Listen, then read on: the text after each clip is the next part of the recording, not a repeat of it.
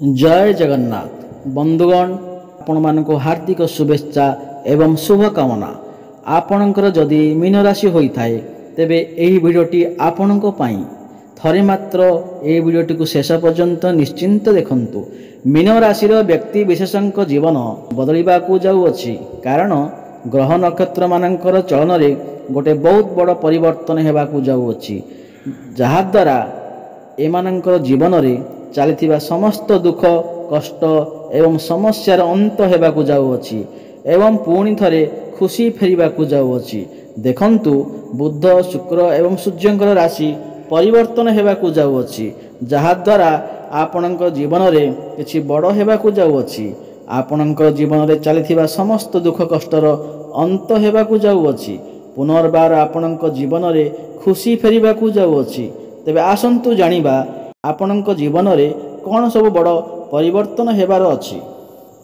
एहा पूर्वरु जदि आपणकर विमीन राशि होता है एवं आपण भी ईश्वर को सच्चा हृदय रे भक्ति करुथांती विश्वास करुथांती तेबे एही वीडियोटी को लाइक करी कमेंट बॉक्स रे जय माँ दुर्गा जय माँ लक्ष्मी जय जगन्नाथ अवश्य लिखंतु। देखंतु शुक्रंकर राशि परिवर्तन हेबाकू जाउअछि। शुक्र जे कि धनर कारक ग्रह शुक्र ग्रह को माँ लक्ष्मींकर स्वरूप माना जाए। शुक्र आपणकर अष्टम घरे थिले खराब स्थिति रे थिले सेतिपाई आपणक जीवन रे धनर आसुनथिला धनर व्यय घटुथिला आपणकर पैसा संचय होई पारु नथिला किंतु वर्तमान शुक्र आपणकर नवम भाव को चलन करिवे भाग्य भाव को चलन करिवे तेबे यह आपणक पई बहुत उत्तम समय अटे।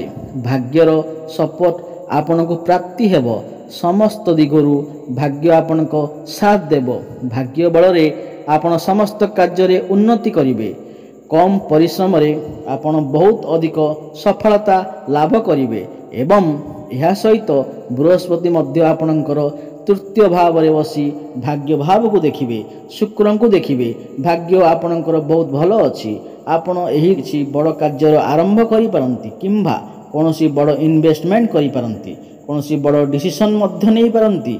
आपणक गृह रे शुभ मांगलिक कार्य रे आयोजन मध्य होई पारे।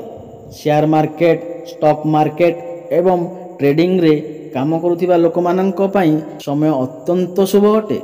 सेमानंक काम रे बहुत अधिका सफलता प्राप्ति हेबो। आपणक आकस्मिक धन मध्य प्राप्ति होई पारे। चारि दिगरु आपणको लाभ ही लाभ प्राप्ति हेबो। एही समय रे आपण धार्मिक यात्रा मध्य करि पारंती धार्मिक यात्रार सुख आपणको प्राप्ति हेबो। आपणकर मन धर्म आड़ को अग्रसर होई पारे। सामाजिक कल्याण काम रे आपण मन देई पारंती। आपण एही समय रे कोनोसी छोटो मोटो ट्रैवल करि पारंती छोटो मोटो जगह को यात्रा करि पारंती। आपणकर कम्युनिकेशन स्किल बहुत भल रहिबो। मैनेजमेंट बैंकिंग क्षेत्र रे ट्रैवल एंड टूर ए सब क्षेत्र रे काम करुथिबा लोके माननकु बहुत अधिक लाभ प्राप्ति हेबो। ऑनलाइन क्षेत्र रे डिजिटल क्षेत्र रे काम करुथिबा लोक माननकु बहुत अधिक सफलता प्राप्ति हेबो।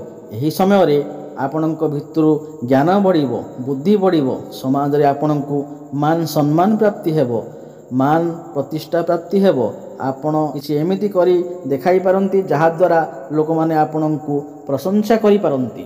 देखंतु बृहस्पति आपणकर सप्तम भाव को देखुचंती नवम भाव को देखुचंती एवं आपणकर एकादश भाव को मध्य देखुचंती एवं बृहस्पति बक्री हेबाकू जाउछंती। तो आपणकर वैवाहिक जीवन रे जहाँ भी किछि समस्या चलीथिला सेथिरे सुधार आसीबो।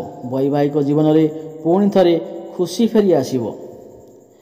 आपण कौनसी बड़ डिसीजन नहीं पारंती। आपणकर लाइफ पार्टनरंकर कैरियर रे मध्य ग्रोथ आसी पारे काहेकि ना बुध एवं सूर्य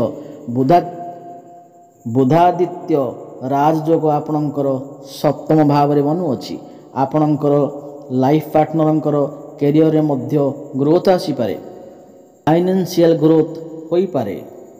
आपणकर डेली इनकम रे मध्य वृद्धि आसी पारे एवं जो माने भी संतानर कामना रखुथिले तो सेमानको मध्य संतान सुख प्राप्ति होई पारे एवं जो माने विवाहर अपेक्षा थिले विवाह होई पार नथिला ତ ସେମାନଙ୍କ ଘରକୁ ବିବାହ ପ୍ରସ୍ତାବ ଆସିପାରେ, ସେମାନଙ୍କ ବିବାହ ମଧ୍ୟ ଫାଇନାଲ ବି ହୋଇପାରେ। ଆପଣଙ୍କ ବେପାର ବାଣିଜ୍ୟ ପାଇଁ ମଧ୍ୟ ସମୟ ଅତ୍ୟନ୍ତ ଶୁଭ ଅଟେ।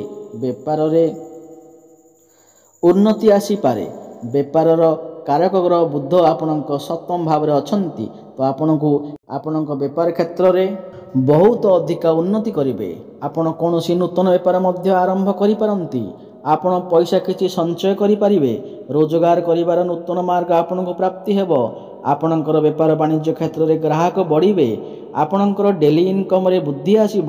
ବ୍ୟାଙ୍କ ବାଲାନ୍ସରେ ଆପଣଙ୍କର ବୃଦ୍ଧି ଆସିବ ଏବଂ ବୃହସ୍ପତି ଆପଣଙ୍କର ଏକାଦଶ ଭାବକୁ ଦେଖୁଛନ୍ତି। ଏକାଦଶ ଭାବ ଆପଣଙ୍କର ଇଚ୍ଛା ପୂର୍ତ୍ତିର ଭାବ ହୋଇଥାଏ। ତ ଆପଣଙ୍କର ଏହି ସମୟରେ କୌଣସି ଗୋଟିଏ ବଡ଼ ଇଚ୍ଛା ନିଶ୍ଚିନ୍ତ ପୂର୍ଣ୍ଣ ହୋଇପାରେ। ଆପଣଙ୍କୁ ଚାରିଦିଗରୁ ଲାଭ ହିଁ ଲାଭ ହୋଇପାରେ। ବଡ଼ ଭାଇ ଭଉଣୀଙ୍କ ସପୋର୍ଟ ଆପଣଙ୍କୁ ପ୍ରାପ୍ତି ହୋଇପାରେ। ଗୁରୁଜନମାନଙ୍କର ଆଶୀର୍ବାଦ ଆପଣଙ୍କୁ ପ୍ରାପ୍ତି ହୋଇପାରେ। ଆପଣଙ୍କର କ୍ୟାରିୟର କ୍ଷେତ୍ରରେ ବହୁତ ବଡ଼ ପରିବର୍ତ୍ତନ ହୋଇପାରେ। ଟ୍ରାନ୍ସଫର ହେବାର ଯୋଗ ମଧ୍ୟ ବନୁଅଛି, କାହିଁକି ନା ବୃହସ୍ପତି ବକ୍ରି ଅବସ୍ଥାରେ ଅଛନ୍ତି ଏବଂ ଆପଣଙ୍କର କ୍ୟାରିୟର କ୍ଷେତ୍ରରେ ଯାହା ବି କାର୍ଯ୍ୟ ପେଣ୍ଡିଂ ରହୁଥିଲା ବା ଅଟକି ରହୁଥିଲା ତାହା ମଧ୍ୟ ପୂର୍ଣ୍ଣ ହେବ। ଆପଣଙ୍କର ଅଟକି ରହିଥିବା ସମସ୍ତ କାର୍ଯ୍ୟ ସୁରୁଖୁରୁରେ ହୋଇଯିବ। ପ୍ରମୋସନ୍ ହେବାର ମଧ୍ୟ ଯୋଗ ବନୁଅଛି ଏବଂ ଯେଉଁମାନଙ୍କର ବି ଚାକିରି ନଥିଲା ଏବଂ ଯେଉଁମାନେ ବି ଚାକିରି ପାଇଁ ଅପେକ୍ଷା କରିଥିଲେ, ଯେତେ ଚେଷ୍ଟା କଲେ ମଧ୍ୟ ଆପଣଙ୍କୁ ଚାକିରି ପ୍ରାପ୍ତି ହୋଇପାରୁନଥିଲା, ତ ଆପଣଙ୍କୁ ନୂତନ ଚାକିରି ମଧ୍ୟ ପ୍ରାପ୍ତି ହୋଇପାରେ।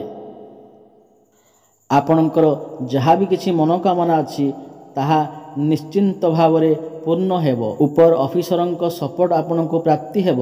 ଦେଖନ୍ତୁ, ଶନି ଆପଣଙ୍କର ଦ୍ୱାଦଶ ଭାବରେ ବିରାଜମାନ ଅଛନ୍ତି।